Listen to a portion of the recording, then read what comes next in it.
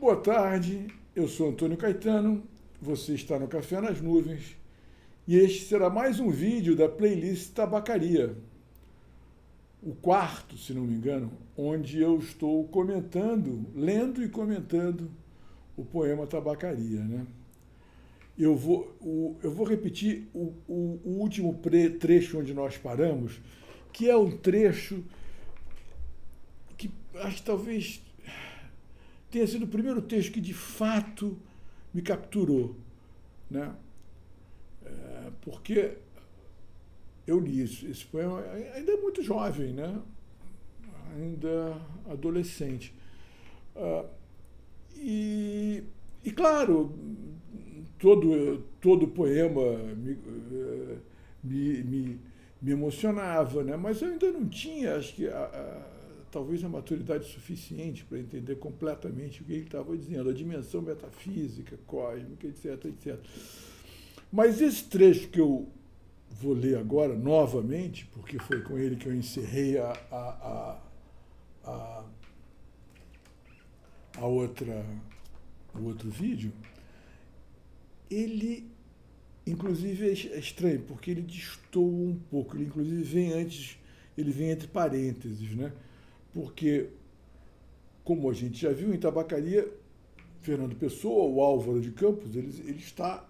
O presente é ele ali, à tarde, no quarto dele, que provavelmente é um quarto, ele mora num quarto, né?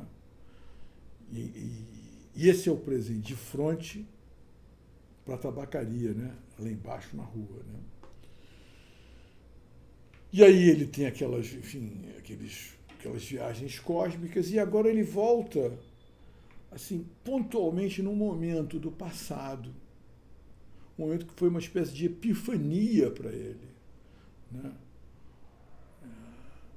Onde eu acredito que ele enxergou, talvez, pela primeira vez com a devida intensidade, a inocência, né? Então vamos lá. Come chocolates, pequena, come chocolates. Olha que não há mais metafísica no mundo senão os chocolates. Olha que as religiões todas não ensinam mais que a confeitaria. Come, pequena suja, come. Pudesse eu comer chocolates com a mesma verdade com que comes. Mas eu penso, e ao tirar o papel de prata, que é de folha de estanho, deito tudo para o chão, como tenho deitado a vida. Isso é lindo, né? Quer dizer, essa criança comendo chocolates é o signo da inocência como a perfeita adequação do sujeito ao mundo ao redor, entende? E consigo mesmo, né?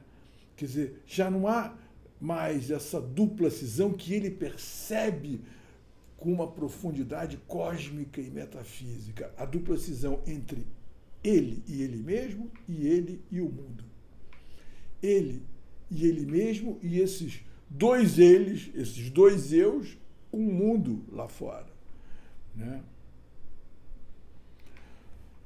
E ela não padece, talvez ainda, e ele associa essa cisão ao pensar, e é horrível, agora me ocorre, porque ele, de certo modo, ele elege como paradigma do pensamento Kant, né? Que é o responsável por essa cisão. Como eu já prometi falar disso aqui, já falei em outras ocasiões, mas eu vou repetir isso, que eu acho importantíssimo, né? Então, essa criança, ela não padece ainda, talvez, né? Porque ela ainda não começou a pensar nessa dimensão cética, por outro lado, né? Ela não padece dessa cisão e ela representa, portanto, essa inocência, a inocência como uma adequação ao mundo e a si mesmo, que a gente sente que de algum modo perdeu e que não só eu perdi, mas o mundo ao meu redor perdeu. Esse mundo ao redor, onde eu só vejo janelas e cortinas e mal vejo uma planta. Graças a Deus agora eu tenho minhas duas gatinhas aqui em casa. Sempre gostei de viver mais ou menos cercado de plantas e santos, né? Também dão uma outra, porque senão era só matéria, né? E isso, mais uma vez, tem muito a ver com Kant, né? Essa desconfiança da natureza, e é disso que eu quero falar, né? E é tão bonitinho, porque, quer dizer assim, você veja, onde é que ele mostra, assim, com muita sutileza, o que é esse pensar, né? Mas eu penso, e ao tirar o papel de prata, que é de folha de estanho, né? Quer dizer, eu sei que papel de prata aí é uma analogia, uma metáfora, que não é verdadeiro, aquilo não é de prata, com toda a simbologia da prata, o seu aspecto noturno, lunar, mas é folha de estanho, né? Eu sei, né? E isso faz com, de certo modo, é isso que faz com que eu deite fora a vida, né? Que eu não saiba mais comer um chocolate com a verdade com que ela come, entende? E é por isso, quer dizer, aí isso é aí sim uma metáfora, que a confeitaria ensina mais do que a metafísica, né?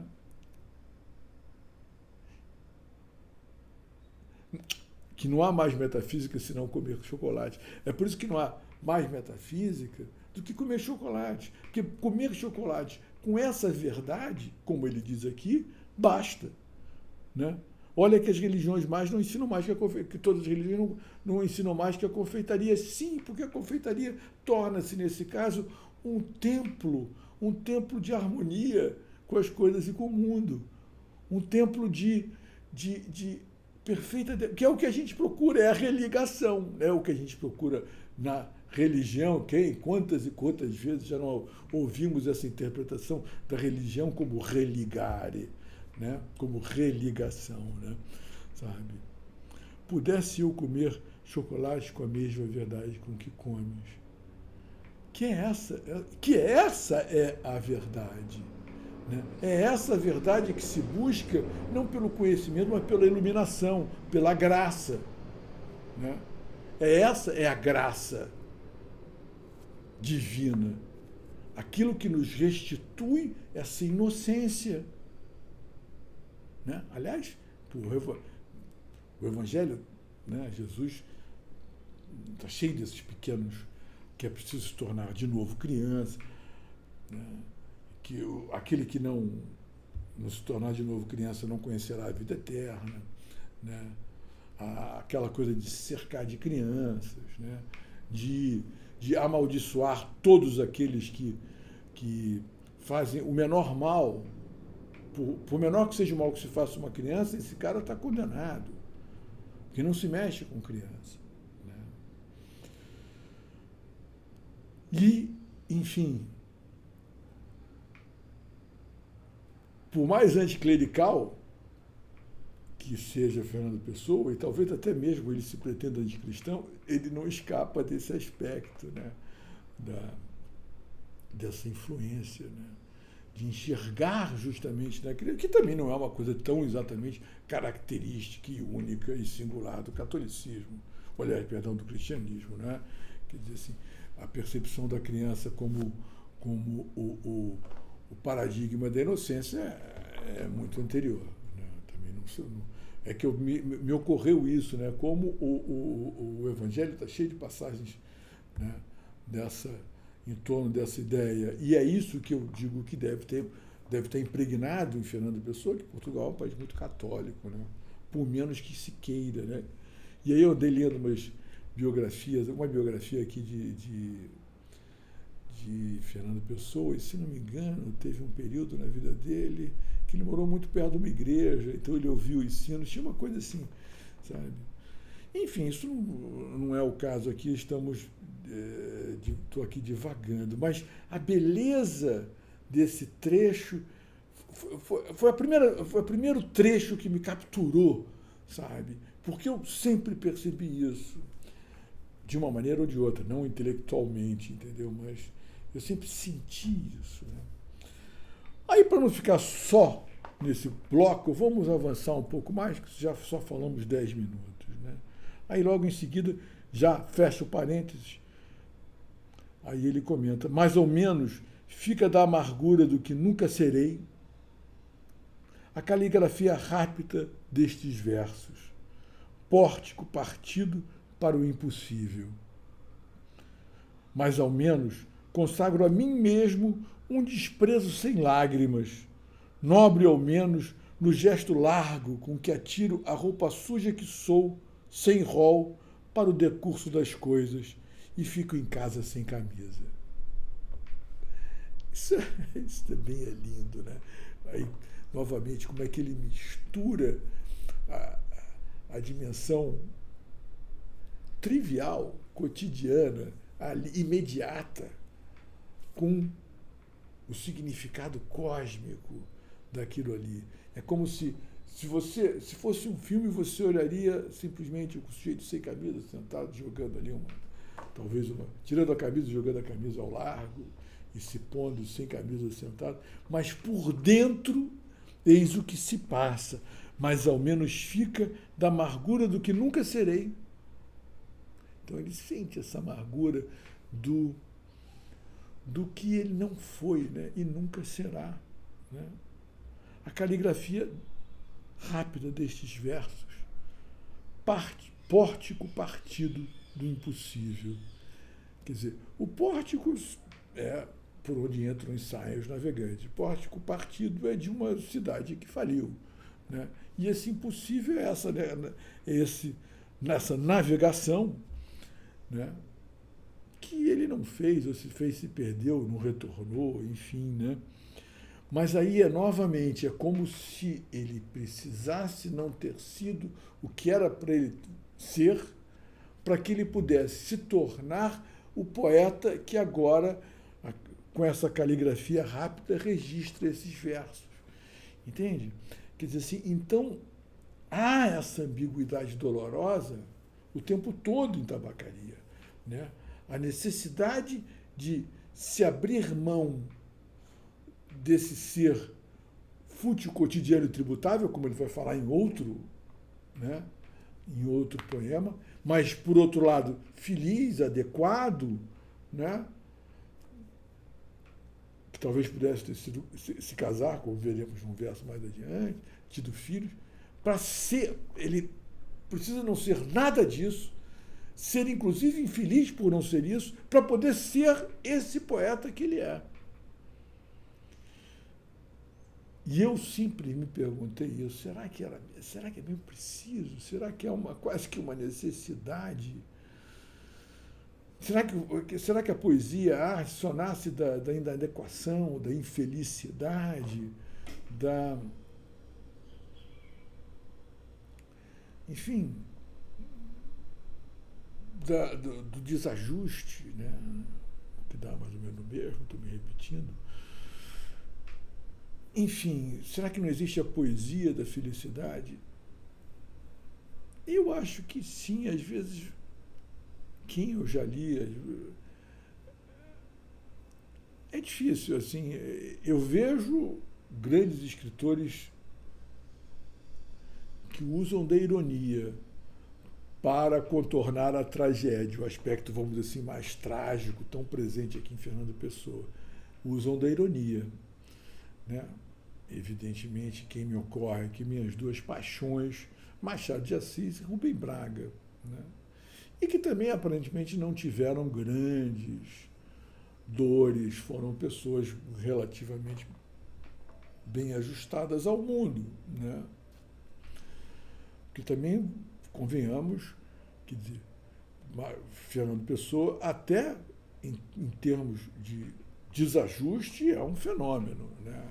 É difícil encontrar alguém tão desajustado e que tenha sobrevivido tanto tempo e com tanto sucesso. Né? E com uma produção tão valiosa. Né? Porque, sei lá, era para não conseguir fazer nada, tamanho esse desajuste. Né? Mas é uma questão que às vezes eu me coloco, assim. E aí, às vezes, quando eu me deparo assim, com essa grandeza de Fernando Pessoa, eu penso, cara, quem mais suportaria ser Fernando Pessoa, além do próprio Fernando Pessoa? Eu não suportaria.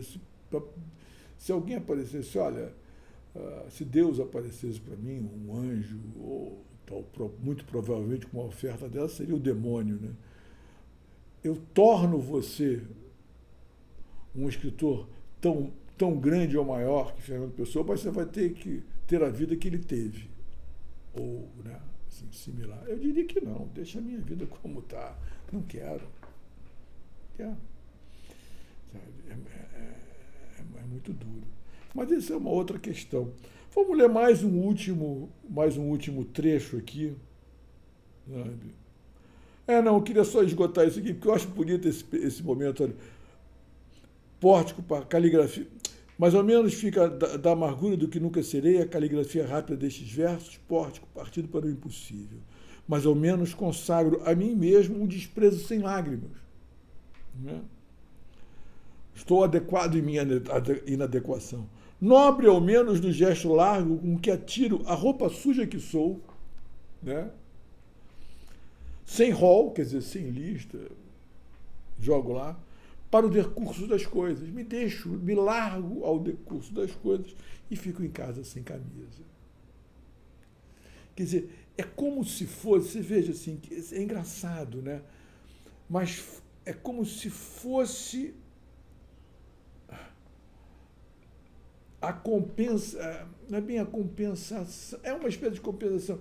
É a inocência possível àquele que pensa. Ele já não pode mais comer chocolate com a mesma inocência com que a menina comia. Né? Porque ele aprendeu a pensar, ou ele caiu no abismo desse pensamento que nos cinge. Mas, por outro lado, a harmonia possível é essa de, ainda que com alguma amargura, registrar em versos o que se sente, né? E se deixar largar no fluir das coisas. Entende? Quer dizer, há um contraponto entre um momento e outro, entre um bloco e outro. Um contraponto e uma complementariedade. Né? E aí, em seguida, ele abre um outro parênteses e começa um trecho que é mais ou menos longo e que é um trecho que é engraçado. Eu nunca tive muita intimidade com esse trecho. Sabe? Vou ler agora e pode ser que talvez me ocorram algumas ideias. Né? Vamos ver. Tu que consolas, que não existes e por isso consolas. Ou deusa grega, concebida como estátua que fosse viva, ou patrícia romana, impossivelmente nobre e nefasta, ou princesa de trovadores, gentilíssima e colorida, ou marquesa do século XVIII, decotada e longínqua, ou cocote célebre do tempo dos nossos pais, ou não sei que moderno, que não concebo bem o que, tudo isso, seja o que for que sejas, se pode inspirar que inspire. Meu coração é um balde despejado. Como os que invocam espíritos, invoco a mim mesmo e nada encontro. Chego à janela e vejo a rua com uma nitidez absoluta. Vejo as lojas, vejo os passeios, vejo os carros que passam, vejo os entes vivos vestidos que se cruzam, vejo os cães que também existem, e tudo isso me pesa como uma condenação ao degredo, e tudo isso é estrangeiro como tudo. Você veja, começa com um verso enigmático. Tu que consolas, que não existes e por isso consolas. A quem ele está se referindo? Mas aí ele vem com uma lista de paradigmas femininos ao longo de toda a história, que começa lá na deusa grega e acaba na não sei o que de moderno. Né? E aí ele está dizendo da solidão amorosa, afetiva e até sexual dele, que é real. Né? Ele está falando dessa impossibilidade do amor também, né? Para ele. Né? Aí você vê, tu que consolas, que não existe, por isso consolas, vem todo um rol, né? Tudo isso, seja o que for, que seja, tudo isso, seja o que for que sejas, se puder, se pode inspirar, que inspire. Ele está se referindo à figura da mulher, que para ele não dá, é inacessível. Por quê? Porque meu coração é um balde despejado. Ou seja, meu coração está vazio. E aí vem esse momento aqui meio, como os que invocam espíritos, invoco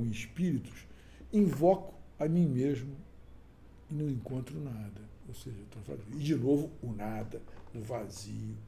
Né? E é bom lembrar que Fernando Pessoa flertou com o espiritismo de uma maneira bastante séria.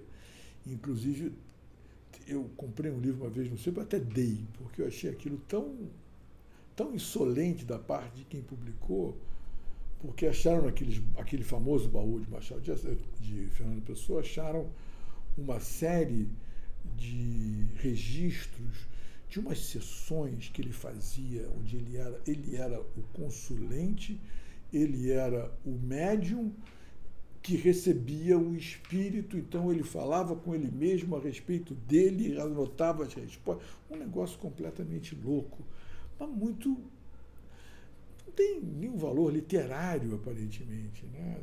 Não tem nenhum valor literário, é só uma intromissão na intimidade do escritor, da pessoa, não é nem do escritor, é da pessoa. Eu achei aquilo tão desagradável que eu dei o livro, eu joguei. Não sei o que eu fiz com o livro. Achei aquilo muito, muito baixo. Né? Mas ele flertava com o espiritismo, então ele fala dessa invocação. Né? E quando ele invoca espíritos, invoca a mim, de certo modo ele está invocando o seu próprio espírito e não encontra nada. Né? Porque meu coração é um balde despejado, e onde não há... onde o coração vazio, essa relação entre coração e espírito também é interessante. E aí ele volta para o presente, sabe? E aquela coisa que a gente leu lá atrás, estou hoje vencido como se soubesse a verdade, estou hoje lúcido como se estivesse para morrer. Aí ele diz, chego à janela e vejo a rua com uma nitidez absoluta, quer dizer, é a verdade. É uma espécie de iluminação, mas é uma iluminação trevosa, é a noite escura, de certo modo, hiperluminosa. Né? Vejo as lojas, vejo os passeios, vejo os carros que passam, vejo os entes vivos vestidos que se cruzam, vejo os cães que também existem. E tudo isso me pesa como uma condenação ao degredo. E tudo isso é estrangeiro como tudo. Ou seja, mais uma vez o que acontece? Ele se sente fora. Ele vê aquilo com uma nitidez absoluta, quase ou certamente indizível. Ele vê as coisas como as coisas são, mas as coisas como as coisas são lhe parecem inacessíveis. E ele não só inacessíveis, como ele também está fora delas. Ele não participa. Ele não participa, pelo menos daquele modo que a criança participa quando come, né? O chocolate com aquela absoluta inocência. Ele não faz parte. Ele não tem afeto que o ligue aquilo ali. Quer dizer, ele está ligado, talvez, pela impressão de que ele está enxergando a verdade das coisas. Mas a verdade das coisas não significa nada. Então tem algum problema aí, tem algum problema filosófico aí que novamente eu aponto para Kant. Mas não importa. Não importa se importa é a beleza dessa percepção e desses versos, a nitidez com que ele nos fala disso. Mesmo que isso sejam sintomas, se você quiser pensar, sabe? Isso, como hoje em dia, a gente muito... Enfim, você pode extrair daqui um diagnóstico, se você quiser. Hoje em dia está muito na moda, inclusive, da inadequação se extraírem diagnósticos. Né? Mas é de uma beleza, assim, é de uma beleza incrível. E é de uma beleza que, por mais que seja um sintoma singular, é um sintoma de um mundo que foi capturado por uma filosofia negadora da realidade. Qualquer pessoa sensível, eu digo assim, a inadequação, de certo modo, é um sintoma de saúde, não é de doença. Que qualquer pessoa sensível não pode se sentir bem nesse mundo, porra. Tem algo errado aí. Sabe? Tem algo errado aí. E é isso que Fernando Pessoa está nos dizendo, do modo dele, ainda que ele esteja falando dele próprio. Então entendam, há uma dupla coisa. Ele aponta para um sintoma que é um sintoma do nosso tempo, da nossa civilização, e ele fala de um sintoma que também é dele. Que talvez, porra, se ele pudesse tomar um remedinho, ele até tomava. Mas isso não é, por outro lado, um mero delírio pessoal. Entende? O mundo está doente. O mundo que produz essa inadequação está doente. O mundo que produz essa cisão, essa dupla cisão de que falamos entre eu e eu mesmo e eu e o mundo, e eus e o mundo, né? Eus e o mundo, né? É isso. Bom, hoje, 26 minutos, deve ser mais um recorde, não é? Mas eu acho que foi bonito, né? Foi bacana. É tão bom a gente poder falar disso em vez de falar de política, né? Só para encerrar, eu estava pensando um negócio muito engraçado. Se eu tivesse que começar tudo de novo, ou se eu pudesse jogar todas as playlists que eu criei em 3 pastas, quer dizer, elas virariam sub-playlists de 3 grandes playlists. O Paraíso das Artes, o Purgatório do Cotidiano e o Inferno da Política. Porque provavelmente hoje, que eu estou especialmente contente, eu ando muito contente, eu ando muito feliz ultimamente. Talvez eu volte a falar, eu queria voltar a falar um pouco de política, porque realmente está me incomodando falar sobre essa coisa do X, que agora, que graças a Deus, agora que o Twitter acabou, eu posso chamar isso aí de X, que isso é realmente um X, quer dizer, porcaria, sabe? Aquele cara, onde ele bota a mão, sabe? Ou pelo menos ele estragou o Leão, eu chamo de Leão Musk. O Elon Musk estragou o Twitter. Isso isso é um lugar comum entre as pessoas que... Sobretudo, enfim, eu já falei que eu cheguei meio tarde no Twitter, mas quando eu entendi o Twitter se tornou minha paixão. E aí, logo em seguida, não demorou muito. Acho que eu cheguei no Twitter em 2008 e só comecei a entender em 2018. Levei 10 anos, também não entrava, né? Simplesmente não ia. Aí quando eu resolvi entrar e entender, né, me apaixonei. Aí chegou o Elon Musk. E agora estou apaixonado pelo Blue Sky, que é até melhor do que o Twitter. Sabe, é muito bacana, assim. Eu estou ainda aprendendo, não sei se eu vou adotar alguns critérios, etc., que eu adotava no Twitter. Mas, enfim, isso chega. Vamos agora... Isso aqui é sobre Fernando Pessoa, talvez falaremos disso mais tarde. Um grande beijo. Por favor, deem uma última olhada nessa lindeza que é essa luz do fim da tarde, do Rio de Janeiro, neste invernico, né? Invernico, porque o Rio de Janeiro tem primavera, verão, veranico e invernico. Esse é o meu problema de sair daqui do Rio de Janeiro, porque eu adoro as estações do ano. Um beijo a todos.